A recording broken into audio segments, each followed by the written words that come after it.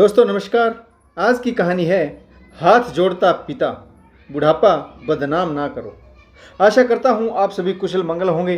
तो आज की कहानी शुरू करने से पहले जो भी चैनल पर पहली बार आए हैं चैनल को सब्सक्राइब करें और घंटी का बटन दबाकर ऑल का आइकन जरूर प्रेस करें ताकि हमारी आने वाली सभी कहानियाँ आप तक सबसे पहले पहुँचें। तो चलिए शुरू करते हैं आज की एक नई कहानी। किशोर और नीलम एक ही सोसाइटी में रहते थे। दोनों के परिवारों में भी बहुत अधिक मेल जोल था। किशोर और नीलम एक ही स्कूल में पढ़े, एक साथ खेलकर बड़े हुए। इसके बाद दोनों ने एक ही कॉलेज में एडमिशन लिया। दोनों के बीच बचपन से लेकर जवानी तक दोस्ती का रिश्ता गहरा होता चला गया। किशोर और नीलम दोनों अच्छे दोस्त थे। उनकी क्लास में एक नया लड़का रमन आया जो नीलम और किशोर का कॉमन फ्रेंड बन गया। रमन अच्छे घर से ताल्लुक़ रखता था। देखने में लंबी कदकाठी, गोरा रंग और सुडौल शरीर बहुत ही आकर्षक प्रतीत होता था। अब नीलम, किशोर और रमन तीनों एक दूसरे के अच्छे दोस्त बन गए। परंतु इसी बीच रमन और नीलम की दोस्ती का रिश्ता प्यार में बदलने लगा। रमन और नीलम ने साथ जीने मरने की कस्में खाई और नीलम के बचपन का दोस्त किशोर उनका साक्षी बना। तीनों ने एक साथ MBA की। इसके बाद तीनों की ही अलग अलग मल्टीनेशनल कंपनियों में नौकरी लग गई। नीलम और रमन ने लव मैरिज की, जिससे नाराज होकर दोनों के घरवालों ने उनसे अपने सारे संबंध तोड़ लिए। किशोर की शादी घरवालों की मर्जी से हुई। वैसे भी नीलम के अलावा किशोर की कोई और गर्लफ्रेंड नहीं थी, परंतु नीलम और रमन पहले से ही विवाह के बंधन में बंध चुके थे।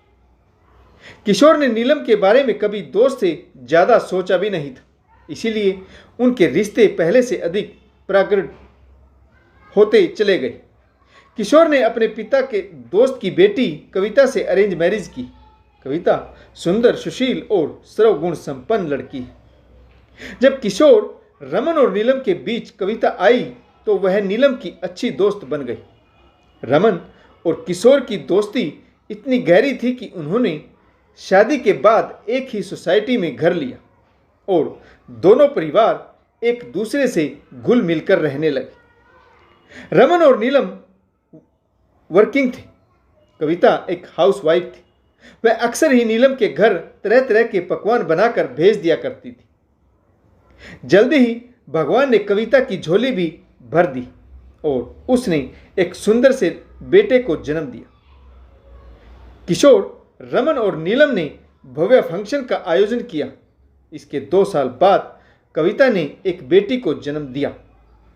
इस प्रकार किशोर और कविता के 2 बच्चे थे। किशोर नौकरी करता था और कविता घर में रहकर बच्चों की देखभाल करती थी। दूसरी तरफ उनके दोस्त रमन और नीलम की झोली अभी भी खाली थी। वे दोनों वर्किंग थे। कविता के कहने पर नीलम ने अपनी डॉक्टरी चेकअप कराया तो डॉक्टर ने बताया कि वह कभी मां नहीं बन सकती। उसकी प्रेगनेंसी में बहुत सारी कॉम्प्लिकेशंस हैं। डॉक्टर की इस बात से नीलम का मन टूट गया और वह कहने लगी कि हम पति पत्नी दोनों किसके लिए कमाते हैं जब हमारी कोई संतान ही नहीं। नीलम ने अपनी पत्नी रमन पर दूसरी शादी का दबाव डाला, परंतु रमन ने दूसरी शादी से साफ इनकार करते हुए कहा कि हम दोनों एक दूसरे के लिए काफ़ी। भगवान ने संतान नहीं दी तो क्या हुआ, एक दूसरे का सहारा कम तो नहीं। और फिर मेरे दोस्त किशोर के दोनों बच्चे हमारे बच्चों जैसे ही हैं। तुम मन से इस बोझ को निकाल दो कि तुम्हारी कोई संतान नहीं। जब तुम्हारा मन करे किशोर के दोनों बच्चों के साथ टाइम स्पेंड किया करो। कविता ने भी नीलम को समझाया कि विधि के विधान को कोई नहीं टाल सकता। भगवान की जैसी मर्जी, अगर भगवान चाहेगा तो उसकी गोद भी भर जाएगी। इसके कुछ दिनों बाद अचानक ही कविता हार्ट अटैक के चलते इस दुनिया को छोड़कर चली गई और पीछे किशोर के पास रह गई। उसके 2 बच्चे नकुल और रश्मि। पत्नी के सामने की मृत्यु से किशोर गहरे सदमे में चला गया। नकुल 4 साल का था। वह स्कूल जाता था, परंतु रश्मि बहुत छोटी थी। वह सिर्फ 1.5 साल की ही थी। छोटी सी बच्ची अचानक मां के चले जाने से बीमार रहने लगी। रिश्तेदारों ने किशोर पर दूसरी शादी का दबाव बनाया, परंतु किशोर ने अपना फैसला सुनाते हुए कहा कि वह अपने दोनों बच्चों के सहारे अपनी जिंदगी बिता लेगा। रिश्तेदारों की बात न मानने के कारण सभी रिश्तेदार किशोर से नाराज हो गए और किशोर के घर आना जाना भी बंद कर दिया। अब किशोर के पास 2 बच्चे थे, वह नौकरी करता था। ऐसे हालात में नीलम और रमन ने किशोर का भरपूर साथ दिया। दोस्ती का फर्ज निभाते हुए नीलम और रमन ने निर्णय लिया नीलम अपनी नौकरी छोड़ दे और मां बनकर कविता के बच्चों की देखभाल करेगी। यही सोचकर नीलम और रमन एक दिन किशोर के घर गए। उन्होंने कहा कि जब तक बच्चे बड़े नहीं हो जाते नीलम दोनों बच्चों को मां का प्यार देगी। किशोर जरा सोचते हुए बोला, रमन, तुम मेरे अच्छे दोस्त हो, परंतु मैं यह हरगिज नहीं चाहूँगा कि मेरे बच्चों की देखभाल के लिए नीलम अपनी नौकरी छोड़ दे। रमन में किशोर का हाथ अपने हाथ में लेकर कहा, यह बच्चे तुम्हारे नहीं, हम तीनों के। वैसे भी हम दोनों पति पत्नी इतना धन कमा कर क्या करेंगे? नीलम मां नहीं बन सकती, यशोदा बनकर रश्मि और नकुल की परवरिश तो कर सकती है। वैसे भी नीलम नौकरी से ऊब चुकी है, अक्सर ही डिप्रेशन में चली जाती। दोनों बच्चों के साथ वह अपना सारा दुख दर्द भूल जाएगी। रमन ने जिद की तो किशोर इस बात के लिए मान गया। रश्मि रमन और नीलम के घर रहने लगी। वह बहुत छोटी थी, उसे किसी स्त्री की देखभाल की जरूरत थी। वह नीलम को ही अपनी मां समझने लगी। नकुल किशोर जी के साथ रहता था। नीलम जी अक्सर ही दोनों के लिए खाना बनाकर रमन के हाथ किशोर के घर भिजवा देती। रश्मि नीलम को ही अपनी मां समझने लगी। नीलम उसकी हर छोटी से छोटी जरूरत को मां बनकर पूरा करती, अपने पास लोरी गाकर सुलाती। समय बीतता गया। रश्मि भी 4 साल की हो गई। उसका भी स्कूल में एडमिशन करा दिया। धीरे धीरे करके बच्चे बड़े हो गए।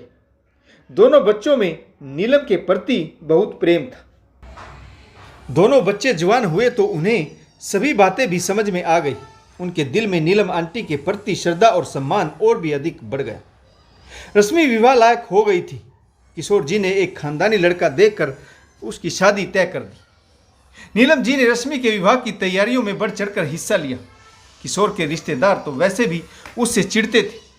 नीलम जी ने सारी जिम्मेदारियां बखूबी संभाली और मां की तरह रश्मि की शादी में तन मन और धन से काम किया। रश्मि शादी करके अपने ससुराल चली गई। इसके 2 साल बाद किशोर जी के बेटे नकुल की सरकारी नौकरी भी लग गई और किशोर जी ने उसकी शादी भी तय कर दी। नकुल की शादी में रश्मि और नीलम जी ने सारी तैयारियां संभाली। सास की सभी रस्में नीलम जी ने निभाई। नई बहू शीतल की आरती भी नीलम जी ने ही की। नकुल ने शीतल को पहले दिन ही समझा दिया कि नीलम आंटी की उनकी जिंदगी में क्या अहमियत है। इसीलिए सबसे पहले नीलम और रमन अंकल के पैर छूना। शीतल के मन में भी नीलम और रमन अंकल के प्रति आदर और सत्कार बढ़ गया। शादी की सभी रस्में निपटाकर रश्मि अपने ससुराल लौट गई। अब किशोर जी निश्चिंत हो गई। बेटी अपने घर बार की हो गई और बेटे का घर भी बस गया। गृहस्थी संभालने के लिए घर में बहू आ गई। किशोर जी अब बेटे की ओर से भी निश्चिंत थे। वे अक्सर ही बहुत सारा समय रमन और नीलम के साथ उनके घर पर बिताने लगे। दोनों दोस्त नौकरी से रिटायर हो चुके थे। दिन भर ताश की बाजियां लगाते नीलम जी तरह तरह के पकवान बनाकर दोनों दोस्तों को परोसती रहती। दोनों दोस्त देर रात तक बातें करते रहते और किशोर जी वहीं पर सो जाते। घर पर बेटे नकुल और बहू के पास फोन कर देते कि आज मैं रमन अंकल के घर पर ही सो जाऊंगा, तुम चिंता मत करना। परंतु जिंदगी है कि हर कदम पर परीक्षा लेती है। जिंदगी की गाड़ी पटरी पर लौटी थी कि किशोर जी के जिगरी दोस्त रमन जी कार दुर्घटना में चल बसे। नीलम और रमन जी बाजार से जरूरी सामान लेकर अपनी गाड़ी से लौट रहे थे कि उनकी गाड़ी एक ट्रक से टकरा गई। नीलम जी को हल्की फुल्की चोटें आई, परंतु रमन जी बुरी तरह से घायल हो गए और उन्होंने घटनास्थल पर ही दम तोड़ दिया। अब नीलम जी की जिंदगी वीरान हो गई। उनकी अपनी कोई संतान तो थी नहीं और पति का साथ भी भगवान ने छीन लिया। नकुल की पत्नी शीतल ने नीलम जी को बहुत समझाया और उनकी देखभाल भी की। वक्त है कि घाव भर देता है। नीलम जी धीरे धीरे रमन की यादों से बाहर निकलने लगी। अब दोस्ती का फर्ज निभाने की बारी किशोर जी की थी। किशोर और नीलम दोनों ही अपने अपने जीवन साथी को खो चुके थे। दोनों को वक्त के बहुत गहरे घाव दिए थे। अक्सर ही पार्क में एक साथ घूमने निकल जाते। घंटों पार्क में बैठकर बीती जिंदगी के खुशनुमा लम्हों को याद करते रहते। नीलम जी अक्सर ही अपने पति रमन को याद करके रो पड़ती तो किशोर जी उन्हें चुप कराते, उनका साहस बढ़ाते। दोनों बुजुर्गों की यह नज़दीकियां बेटे नकुल और बहू शीतल को नागवार गुजरी। बहू शीतल के मन में नीलम आंटी के प्रति जो आदर व सम्मान था वह धीरे धीरे करके कटुता में बदलने लगा। वह शीतल को नीलम आंटी का उनके घर पर आना फूटी आंख नहीं सुहाता था। बुजुर्ग शरीर था और सर्दियों का मौसम। किशोर जी बीमार पड़ गए। वह पिछले एक सप्ताह से बहुत सैर पर नहीं जा पा रहे थे। नीलम जी को चिंता हुई तो वह किशोर जी का हालचाल पूछने उनके घर पर आ गई। घर जाकर देखा तो किशोर जी की हालत बहुत खराब थी। बहू शीतल उनको अदरक और इलायची वाली चाय बनाकर दे रही थी। नीलम आंटी को देखकर शीतल की त्योरियां चढ़ गई। नीलम जी ने किशोर जी से हालचाल पूछा और वह घर जाने लगी तो कमरे के बाहर ही शीतल बहू ने उन्हें रोक लिया और कहा, आंटी जी जरा रुकिए, मुझे आपसे कुछ बात करनी है। आप हमारे घर मत आया करिए, बुरा मत मानना, लेकिन हमें आपको हमारे घर पर आना अच्छा नहीं लगता। मैं कहना तो नहीं चाहती थी परंतु लोग तरह तरह की बातें बनाते हैं। अब समाज में रहना है तो उसके कायदे कानून भी मानने पड़ते हैं। आप लोगों का क्या है, आप तो बुढ़ापे में घंटों एक दूसरे के साथ पार्क में बैठे रहते हो, परंतु लोगों की उल जुलूल बातें हमें तो सुननी ही पड़ती। लोग तो यहाँ तक कह देते हैं कि बूढ़े बुढ़िया को शर्म नहीं आती। इस उम्र में न जाने क्या क्या गुल खिला रहे हैं। अब आपकी तो कोई संतान है नहीं, परंतु हमें तो बुरा लगता है जब बाबूजी के बारे में लोग तरह तरह की बातें बनाते। नीलम जी शीतल की बातों का इशारा समझ गई और उन्होंने धीरे से कहा, ठीक है बेटा, आज के बाद मैं आपके घर कभी नहीं आऊँगी। और वह अपने घर चली गई। अंदर कमरे में किशोर जी अपनी बहू और नीलम जी की सारी बातें सुन रहे थे। उनकी आंखों से आंसू बहने लगे। बरसों के दोस्ती के पवित्र रिश्ते पर बहू ने एक मिनट में कीचड़ उछाल दिया। वे अपनी पत्नी कविता की तस्वीर अपने सीने से लगाकर दहाड़कर रो पड़े। कविता, आज तुम्हारी बहू ने मुझे चरित्रहीन साबित कर दिया। शाम को नकुल नौकरी से वापस लौटा तो शीतल बहू उसे भी पट्टी पढ़ाने लगी। आज नीलम आंटी आई थी, मैंने झाड़ दिया। आज के बाद हमारे घर में कदम नहीं रखेगी। उन्हें तो शर्म लिहाज है नहीं, परंतु हमें तो समाज में रहना है। और तुम्हारे बाबूजी को देखो, इस उम्र में गर्लफ्रेंड चाहिए। बेटे नकुल ने भी पत्नी की हाँ में हाँ मिलाई और कहा, तुमने ठीक किया। रमन अंकल के जाने के बाद नीलम आंटी ने हमारे पापा पर डोरे डालने शुरू कर दी। हद है बेशर्मी की। इन लोगों से बुढ़ापे में इज्जत से नहीं रहा जाता। साथ में हमारी भी मिट्टी पलीत करने पर तुले हुए। अच्छा किया जो तुमने झाड़ दिया।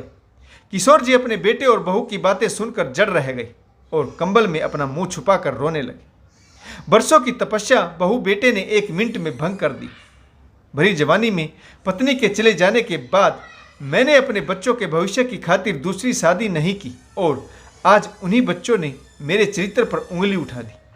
अपनी नीलम आंटी के एहसानों को भी भूल गई, परंतु किशोर जी क्या करते, बुढ़ापा है, इसे तो काटना ही। कुछ दिन बाद तबीयत में सुधार हुआ और वे नीलम जी के घर गए। नीलम जी बगीचे में पौधों को पानी दे रही थी। उन्होंने तिरछी नज़रों से देख लिया कि किशोर जी आए, परंतु मुंह फेर कर पौधों को पानी देने लगे। किशोर जी ने कहा, कैसी है नीलम जी? उस दिन के बाद आप मेरी खैरियत पूछने भी नहीं आई। किशोर जी जानबूझकर अनजान बनने की कोशिश कर रहे थे। नीलम जी ने बिना उनकी तरफ देखे कह दिया, किशोर जी, रमन जी जीवित थे उस समय बात कुछ और थी। आप दिन रात अपने दोस्त के घर आ जा सकते थे, परंतु अब मेरे पति दुनिया में नहीं रहे। लोग तरह तरह की बातें बनाते हैं। आपका मेरे घर पर आना ठीक नहीं। शायद हमारे बच्चे भी नहीं यही चाहते हैं कि आज से हम अजनबी बन जाएं। किशोर जी बिना कोई सवाल जवाब किए वापस अपने घर आ गए और उन्होंने फिर से खाट पकड़ ली। ऐसे बीमार हुए कि हालत में सुधार ही नहीं हो रहा था। हालत दिन ब दिन बिगड़ती जा रही थी। उनके अपने बच्चों ने ही उनके जिगर को छलनी कर दिया, बरसों की दोस्ती के रिश्ते को तार तार कर दिया। उन्हें गहरा आघात लगा था। बुढ़ापे में एक सहारा बचा था, उसे भी बदनामी की बलि चढ़ा दिया। एक दिन किशोर जी की बेटी रश्मि का फोन आया तो किशोर जी अपनी बेटी की आवाज़ सुनकर फपक कर रो पड़े।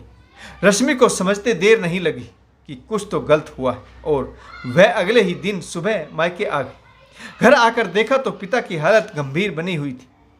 रश्मि जैसे ही किशोर जी के पास पहुंची, उन्हें पापा कहकर पुकारा। किशोर जी की बेटी के पल्लू में मुंह छुपा कर दहाड़े मारकर रो दिए। अपने पापा की ऐसी हालत देखकर रश्मि स्वयं पर काबू नहीं रख पाई और वह भी फपक कर रो पड़ी। तभी वहां पर शीतल और नकुल भी आ गई। दोनों ने पापा बेटी को चुप कराया। नकुल रश्मि को दूसरे कमरे में ले गया और कहने लगा, रश्मि, तुम नहीं जानती मोहल्ले में लोग क्या क्या बातें बना रहे। पापा तो बुढ़ापे में पागल हुए जा रहे। नीलम आंटी से इतनी नज़दीकियां बढ़ानी जरूरी है क्या? तुम्हारी शीतल भाभी ने नीलम आंटी को जरा सुना क्या दिया कि पापा ने चारपाई पकड़ ली। नीलम आंटी और पापा घंटों पार्क में बैठकर बातें करते रहते और मोहल्ले वालों की बातें हमें सुननी पड़ती। इन्हें तो जरा भी शर्म लिहाज है नहीं, परंतु हम क्या करें, हमें तो समाज में रहना है। अपने भाई भाभी की ऐसी बातें सुनकर रश्मि को बहुत गुस्सा आया। अपने भाई को खरी खरी सुनाते हुए कहा, किस मोहल्ले और समाज की बातें करते हो तुम? भूल गए वह दिन जब सिर्फ 4 साल के थे और मैं 1.5 साल की? उस टाइम हमारी मम्मी गुजर गई थी। उस समय उसी नीलम आंटी ने हमें अपनी माँ ममता की छाया में सुलाया था। नीलम आंटी ने हम दोनों के लिए अपनी नौकरी तक छोड़ दी थी। नीलम आंटी, पापा और रमन अंकल की दोस्ती आज की नहीं, बरसों पुरानी, जो तुम और तुम्हारे समाज के लोगों की सोच से बहुत ऊंची। तुम दोनों ने मिलकर मेरे पापा को इतना परेशान किया। बुढ़ापे में एक नीलम आंटी का सहारा बचा था, उसे भी तुमने बदनामी के कलंक से कलंकित कर दिया। तुम्हें शर्म नहीं आई पापा और नीलम आंटी के रिश्ते पर कीचड़ उछालते हुए? लोगों की घटिया बातों का सामना तो पापा कर भी लेते, परंतु क्या करें जब अपनी ही औलाद बदनाम करने पर उतारू हो जाए। तुम सोचते हो कि पापा और नीलम आंटी का रिश्ता बेनाम है, परंतु कुछ रिश्तों के नाम नहीं होते, परंतु वे दिल से जुड़े होते। रश्मि किशोर जी के पास गई और उनके कपड़े समेटने लगी। किशोर जी के कपड़े और जरूरी सामान बैग में भरकर तैयार कर लिया और कहा, चलिए पापा, आप मेरे साथ चलिए, मेरे घर में रहिएगा। आपको इस घर में रहने की कोई ज़रूरत नहीं, जहाँ आपकी कोई इज्जत नहीं। किशोर जी ने बेटी के घर जाने से मना कर दिया। रश्मि नीलम आंटी के घर गई और अपने भाई भाभी की नासमझी पर माफ़ी मांगी।